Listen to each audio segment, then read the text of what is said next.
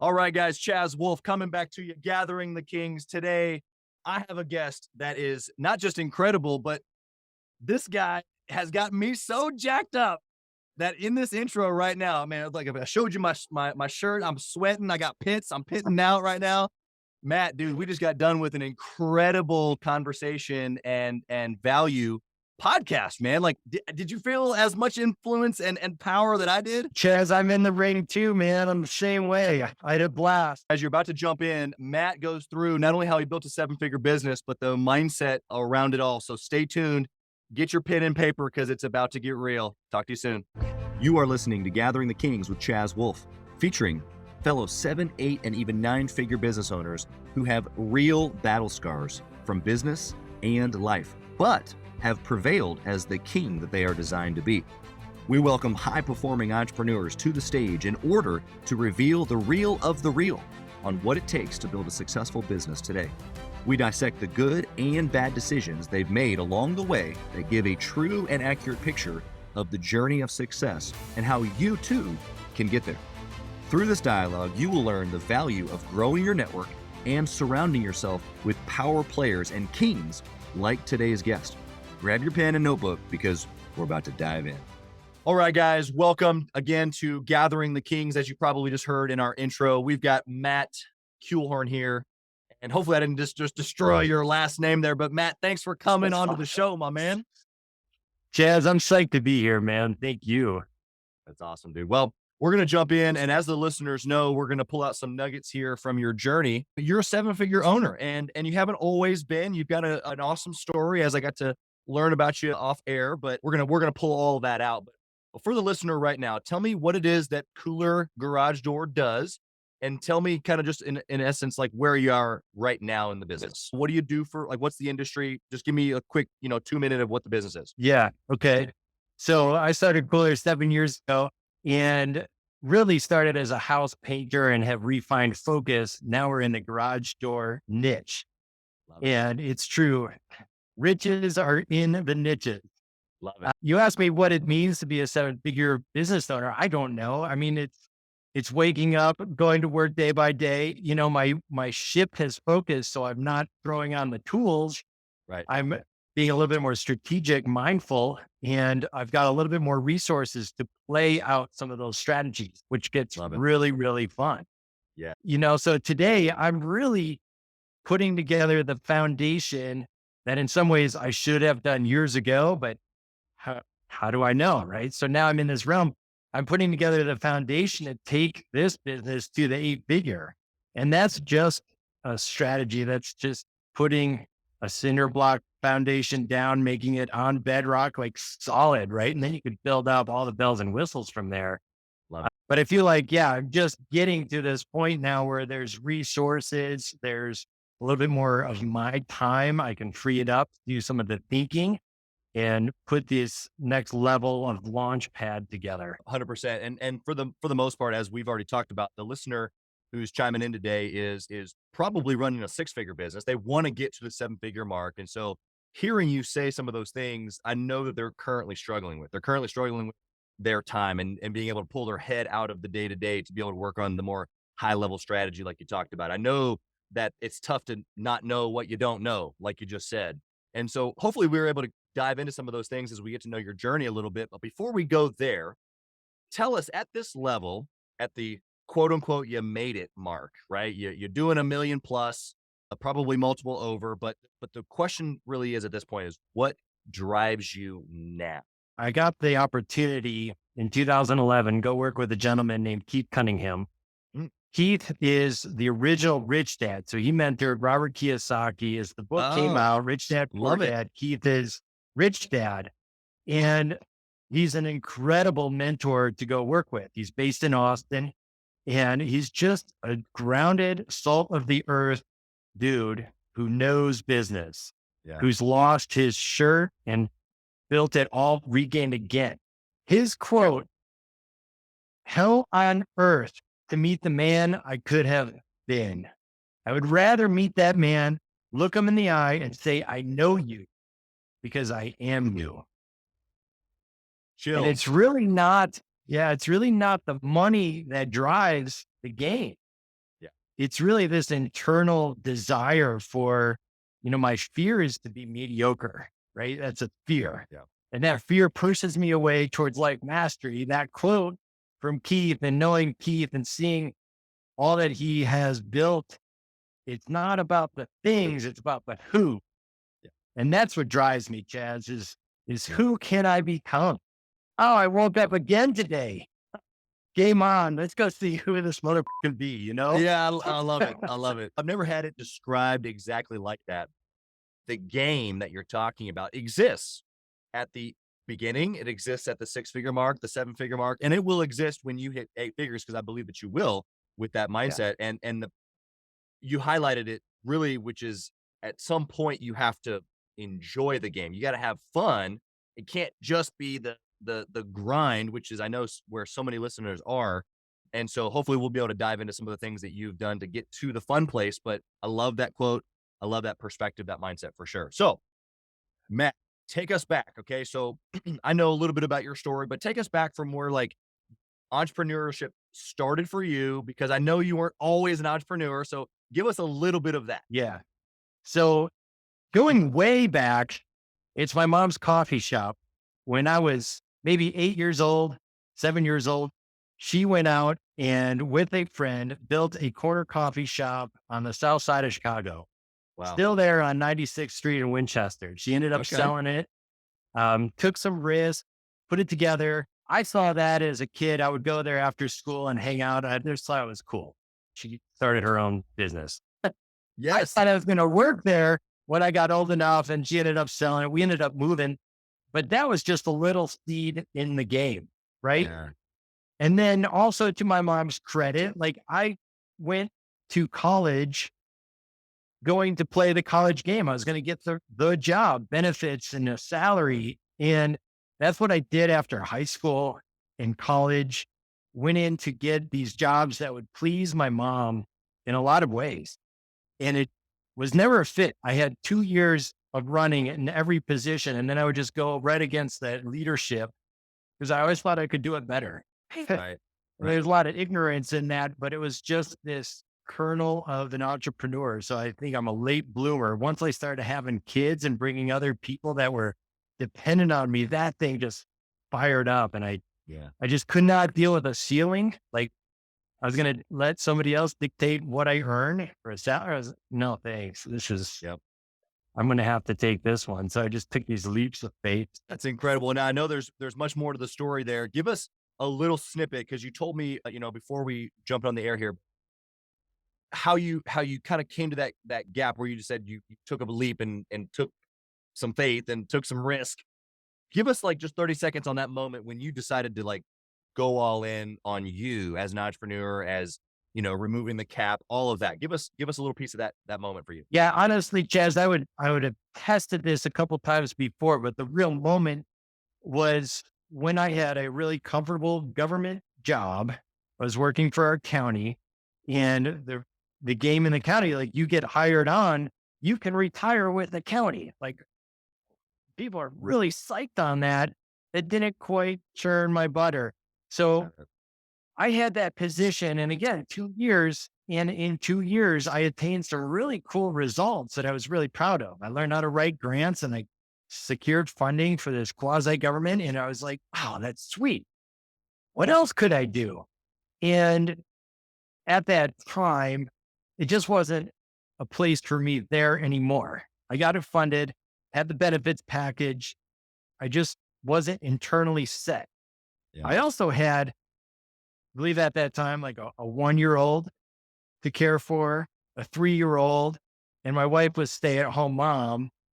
And I was like, here, I got to go. I got to do this. Like there was no rationality to it. And looking at it from an observer, like I think of my son in the same scenario, we go 20 years into the future. I'm like, oh my God, what are you doing? Right. But at the same time, like, I know you got to do that. Good luck. Exactly. Well, for the listener here, I'm hearing several things I want to pull out for him. I'm hearing that you had the Cush deal, but even though it was a good salary, a good scenario, good benefits, for all intents and purposes, this Cush scenario, but it didn't fulfill you because you know that you're designed for more. And as an entrepreneur myself, obviously, many times over, I know that feeling. And I know the listener right now is thinking that same thing, like, oh yeah, we're just cut from a different cloth. I'm made for more. I don't know exactly what that looks like or what that means, but man, I would rather work 80 hours a week for myself than work 40 hours a week, whether it be for someone else or under the circumstances where I can't grow, all the things that you were just describing. And then what you said after that was, forget the circumstances, right? Like, I had a 1-year-old, I had a 3-year-old, I had a wife that I had to, take care of. And where most people would have, that would have sucked them back into mediocrity and average and the cush situation that you had. You actually use that as fuel, not only to go get everything that you were made for, but then also what your family deserves. So talk about that for a quick second. It's, I mean, yeah, I think that more people can take that kind of leap. More people can move on that than, again, it's not necessarily rationality in that moment, right? Like, Right. if I was to pen it out rationally, I should have stayed. There's no question. Right. But this fire that's within us, especially for, entrepreneurs, and I think and there's a lot of men and women, you name this, all about kings. And I Yeah. love that, because that's an archetype that's within the mature masculine. And, as kings, like, we want to reign, we want to draw the line and say, that's where we're going, and make it happen, even though we don't know the how, or even if our plan gets all disheveled and we end up going sideways for a little bit, like, that's part of the journey. Right. But man, this construct that we have of business, capitalism, of salaries, of positions, like, it's all made up. It's just people's thoughts. And if it doesn't fit, we've got to move around and use our own thought to create right. what we really are here for. I mean, that's life fulfillment, right? Like, I think that the biggest mistake is to not live a life fulfilled. Yeah. You've got the unknown that you never get to if you never take the chance to begin with, or the risk. And so, to your point, rationally, it didn't make sense, but the unknown of what you were made for, what you were created for, just the bigger picture, the possibility, the optimistic approach, it's always worth it. Rational or not, it's always worth it, especially to an entrepreneur who is a little bit crazy, as you've described. So tell me, Matt, we're going to transition into some like really practical things here. We've kind of gone high level mindset, like, we're entrepreneurs, we're crazy. That's great. But in your business, as you've been growing to 7 figures and then now much beyond that, tell me a good decision that you made that was instrumental to you that you think the listener today could implement right now. What really comes up, Chaz, and I can get some specifics here, but really the best decision was to start. And that still applies, because there's still edges. Like, I have a comfort zone. My comfort zone is bigger now than it was 7 years ago, Sure. but it's still tiny compared to what it will be like in 20, 30, 40, right? So Right. the best decision is to start. And in thinking about some good ideas, writing them down, and then taking action. And that action is just stepping out of the comfort zone, right? This still happens every day as I go, and I, like, not stopped for sure. Hearing you say, don't think like in detail. Like, of course, there's detail on some decisions that we have to make, but for the most part, the good decision for you starts with, let me expand the way that I think. Let me expand my comfort zone. I got to just jump first. The details will follow. And that in itself is a perpetual good decision that you find yourself making. 100%. Yeah. And for the Yeah. 6-figure guy listening, and when he's like, okay, well, I started and I'm doing the thing, and I've got a couple of guys on my team, and let's say that they're in the service space like you are, but they're just stuck, right? They can't get out of that. Like, it's me and 4 guys, and I'm on the job site, right? To be able to make sure everything's happening properly. How do what good decision am I looking for there? Or what does that just start decision look like for somebody at that level? Yeah, that's good perspective, Chaz. If I was in that shoe again and looking at that, the just starting again is looking for an area that can grow my company that's right outside of my comfort zone. And this might be a part where I don't even see it. And I might need to get some coaching. And that's been a big piece through my entire journey is having coaches. Sure. So I'll drop that in there, but the just start in that scenario could be more aligned with furthering the starting or furthering the trust that I give to my team, Yep. the trust that I give to myself in decision making, Yep. and just looking at the next step. Like, where is the bottleneck in my business? Why am I completely like trying to get out of the field to work on the business, but always getting stuck back into whatever that might look like, whether 100%. it's trading in my case with tools or on the computer, whatever. Yeah, that's how I would frame it. The jump start for me is like consistently looking at that next edge. Where's the edge of my comfort zone? What can I identify there? And thinking is really important. I mean, my mentor, Keith Cunningham, he talks about thinking time. Yep. That's a little different in some respects because when I say just start, like sometimes it's okay to do things that are not very good at first. Sometimes we just got to get it out the door and it might look like shit, Yep. but at There's least one. it's starting. And that's the perpetual, consistent, never ending improvement that we refine thereafter. No, I love that process. And I want to just, kind of recap that for the listeners real quick here. So obviously just get started, but that's a perpetual decision to keep going.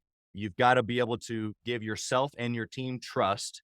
And then also I heard you say in there, obviously your coach, you've mentored, you've said word coach and also mentor, but other people that you've gotten around that have expanded the way that you think. Obviously that falls in line with what Gathering the Kings is all about.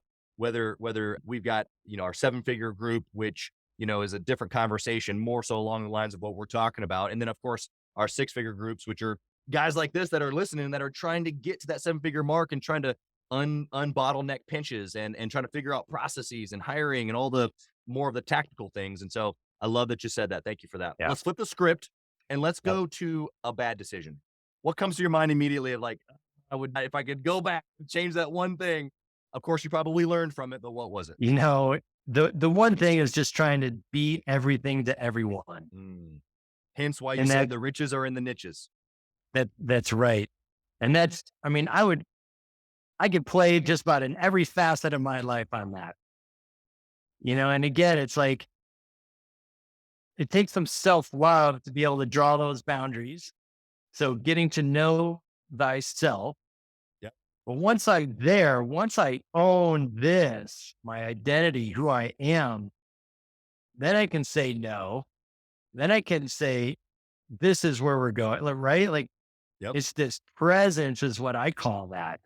Yep. And yeah, I've launched so many tens of thousands of dollars trying to do projects I should not have done or saying yes when I should have said no over and over again. Yeah, 100%. So what I'm hearing you say is, in order to make better decisions and not make a bad decision, really know yourself so that way you can say no to the wrong choices in your past because you didn't maybe know yourself as well, or because you were trying to be everything to everyone.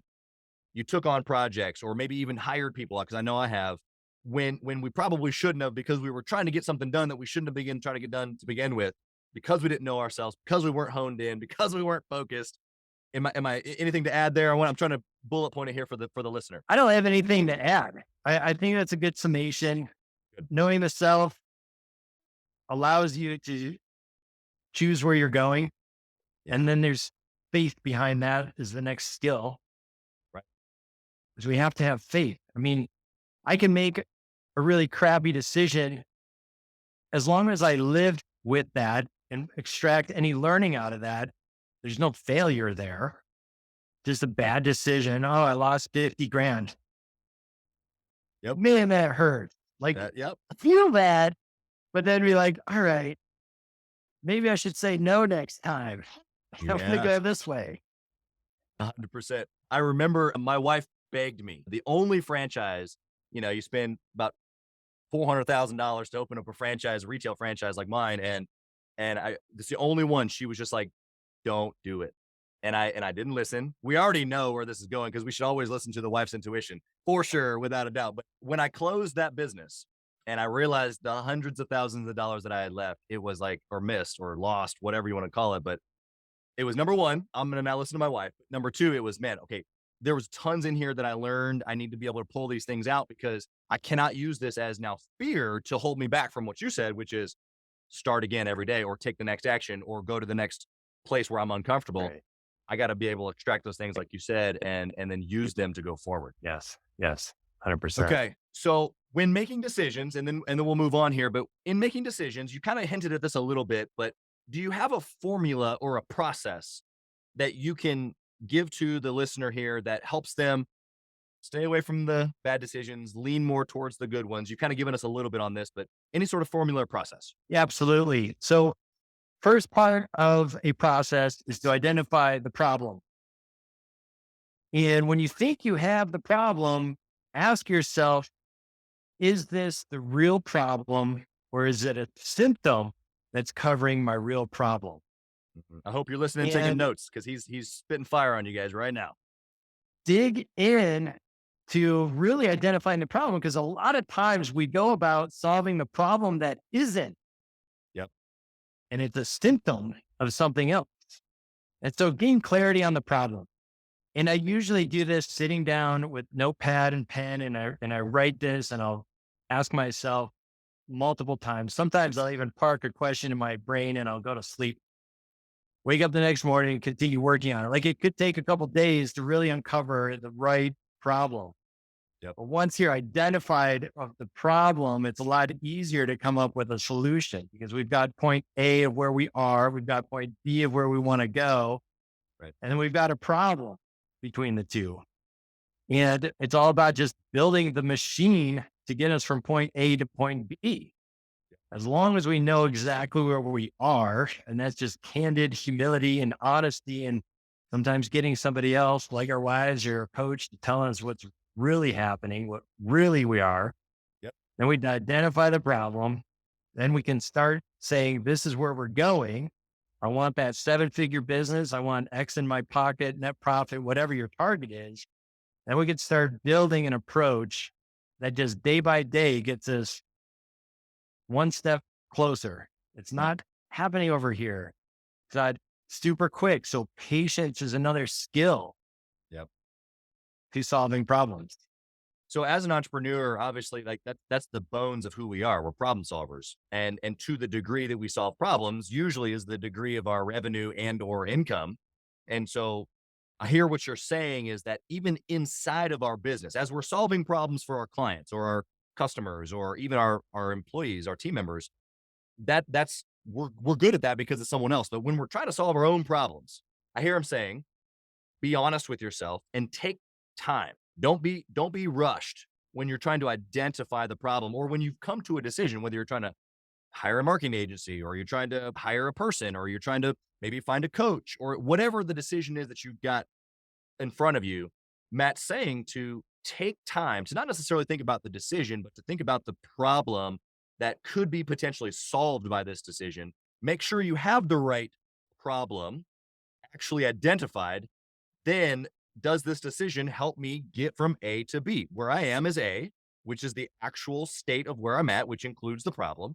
And then B is obviously where I've already identified. So talk on that for just 30 seconds, Matt. You talked about A. How do I identify B? Obviously, it's what we want. But what have you done specifically to identify B for yourself? I love that question, dude. We identify B because it's our choice. Okay. How so?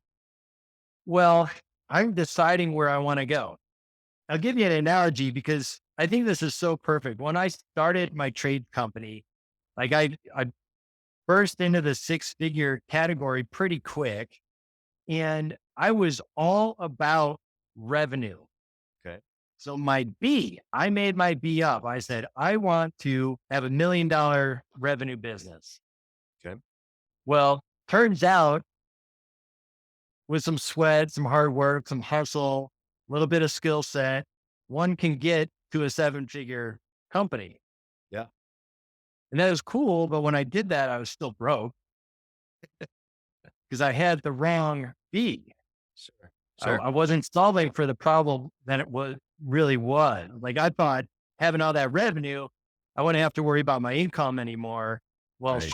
1 year I lose 100 grand. Well, there goes my rent. Like, so the B really is up to us to decide where we want to go. It could be a small problem. Like, I don't know, my dishes are dirty in the sink. That's a problem. I want them clean. Like there's so many different ways of getting them clean, right? But Sure. if I really say I want them clean by 5 o'clock, I can make that happen. Yep. And go through the motions to do that.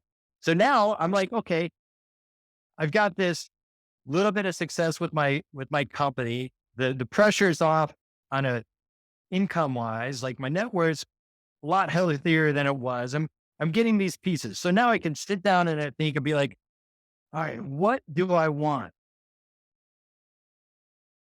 It's a really powerful question. What do I want? And I could write down all sorts of stuff.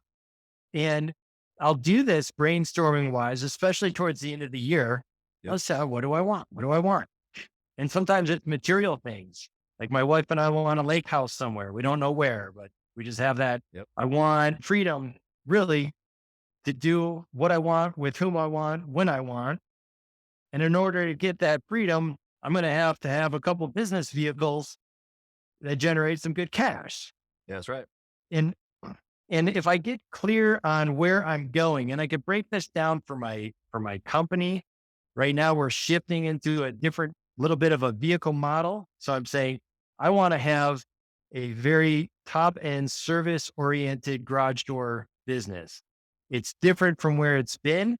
But now that I have B identified, I can start taking these steps. I can lock in the right software. I can rewrap the vans. I can do all the pieces. Yep. But we literally call our shot when we're establishing B. Yeah. And if I'm in the grind of a 6-figure and, I've got my tool bags on, or I'm just like feeling it, 70+ hour weeks, every person's B is relative. Maybe I just want 5 hours of free time to go hang out with the bros or go hang out with the family, or, that's where we just have to look at our life and assess it and be like, what do I want? Yep. What do I really want? As we gain clarity on that, then we can say, where am I? And then we start building the machine that can get us from A to B. 100%. Yeah, I think you made it pretty clear, but for the person listening, I hope that you're taking notes. I want you to write down, you have to know your why. You have to know your point B. In this case, for Matt, what he's saying is that if you don't know that, and then to the next level, a clarity behind it. It's not just 7 figures. It's not just XYZ. It's got to be a little bit more meaningful than that. And it also has to be tied to some emotional things that you're really excited and passionate about. It doesn't have to be your lifelong purpose, your mission necessarily, although obviously the more emotional that you can make it, the better. But everything that he just gave to you was incredible. So thank you for sharing that, Matt. Obviously, it's wonderful to hear it across the table, because that's exactly why I've gotten to where I am, is because I identified a B, and then you just go after it. And sometimes that B changes as you go. You get a better, clearer vision of what that B looks like. To your point, you're already changing some of the B for your garage door company, even though you've already quote unquote made it. That B is an ever changing location, especially for entrepreneurs who like something fresh and something new, and the next challenge and the next mountain to climb, and so forth and so on. So let's hit the speed round real quick here. And really, I want, to the best of your ability, 1-word answers, but a short answer, because I want to fly through these, and I want the listener to be paying close attention, because Matt's already given you so much today, and I already know he's going to give you some more fire as we go through these. And so, Matt, the first question is, if you could only pick one metric to track forever and ever and ever for the rest of your business life, what would it be and why? Sales. Okay. Why? Got to keep the churn. Got to have the machine, right? Keep the churn. If you have no sales, you have no business. And so if you're hearing this and sales is not your number one metric, coming from a sales background myself, I would agree with Matt that you absolutely need to focus on sales. The rest you can figure out. All right. Number 2, a book recommendation. You already threw out, Rich Dad, Poor Dad, which is a great, phenomenal book. But for that 6-figure guy, what book do you recommend? Think and Grow Rich. Love it. Okay. Why? I reset and I go to another level. I reread that book. Fantastic. Fantastic. Matt and I we are literally, we must be speaking from the same mind over here, because that would have been my book as well. I reread it once a year, and I force myself to find something new and apply it obviously to where I'm at in the growth of my companies. And so love that. I know you want to keep this short, Chaz, but I reread that book recently off of a recommendation. So I have the book right by my bedside. I've read it, I don't know how many times, a lot. Yep. Every time I want to make a jump, I'll reread that book. In that book, there is a point in there that he's asking the reader to come up with a number. And so my challenge to you, challenge to the listeners, is come up with a number. Like, when are you going to have $1 million in the bank? Yep. Date it, create a statement, like do the work in that book, and it will, oh man, it'll add fire.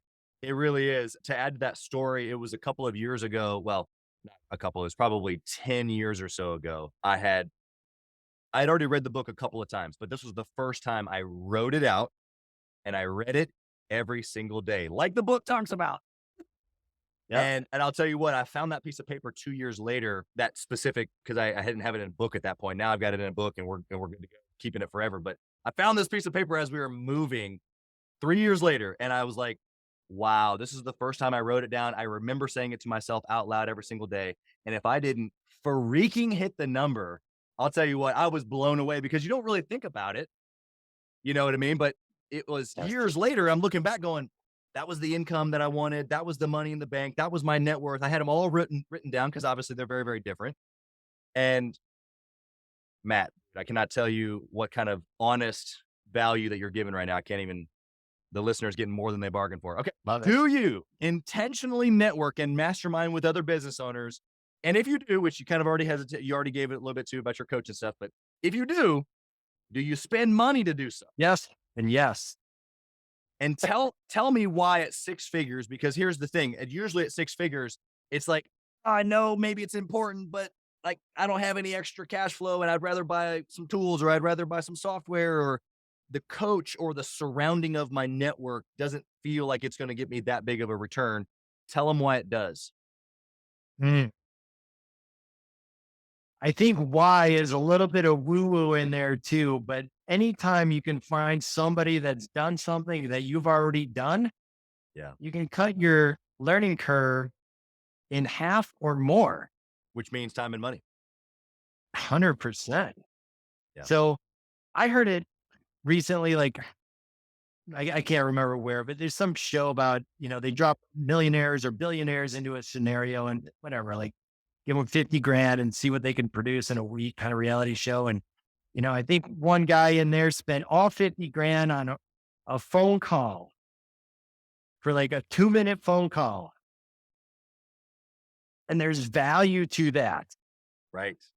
There really is value to buying somebody else's time to get an energetic exchange, to get information 100%. That can just slice a learning curve like massively. 100%. Love that. Okay. Last question, Matt, if you lost it all today, you wake up tomorrow and it's all gone, there is no Kooler, what do you do?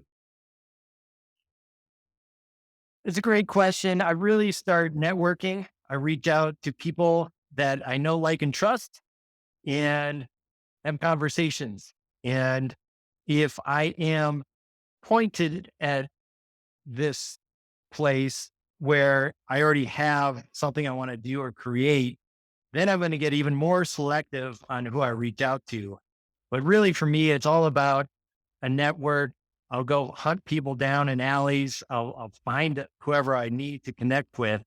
Yeah. And that could be for various reasons. But if I was to start over and start from scratch, I'd start going to likely some leadership of whatever town, city I'm in, find the influencers, get to know them, find out what they need, go out and get it, and give it to them. Yep. That's right. Okay, good. All right. So how can someone connect with you, Matt? They just loved you. They wanted to connect with you further. How do they find you? How do they connect with you? Yeah. So I'll drop a hobby of mine right now. So I have my Kooler Garage Doors. You can Google Kooler with a K and find me there. Otherwise it's Core Fathers, and Core CORE Fathers is kind of the handle that I have in social media. And I'll drop nuggets like this. I love these kind of conversations, Chaz. And, Love it. that is literally a hobby. I don't know where it's going to go. Maybe it becomes a 7-figure on its own someday. Yeah. But it's my channel for just educating, mentoring, getting like-minded people together, core Love it. fathers. Love it. So if you're taking notes here, again, Core Fathers, you can find Matt on social media with the handle Core Fathers. I've seen some of your stuff, and we haven't talked about it at all, but I've seen some of your stuff. He already has given me value, and I'm sure many of others. So definitely find him and connect with him if that resonates with you. So thank you, Matt, for coming. You have dropped some amazing bombs and value here today, and you've given the listener more than they bargained for sure. So thank you for all that you do, and thank you for being on the show, my friend. I love it, Chaz. Thank you, man. Really appreciate the opportunity. All right, we'll talk soon. Thank you for listening to Gathering the Kings today. I hope that you were able to pull out a few nuggets to go apply into your business right away.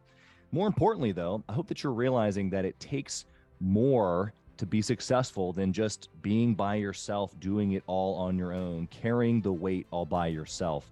What I have realized, not only in my own journey from multiple businesses and multiple different industries, and now interviewing literally over 200 or 300 other very successful 7, 8, and 9-figure business owners, is that it's tough to do it alone. And so Gathering the Kings literally exists to bring together successful entrepreneurs. In fact, we are putting together 1,000 kings, specifically who are grateful but not done.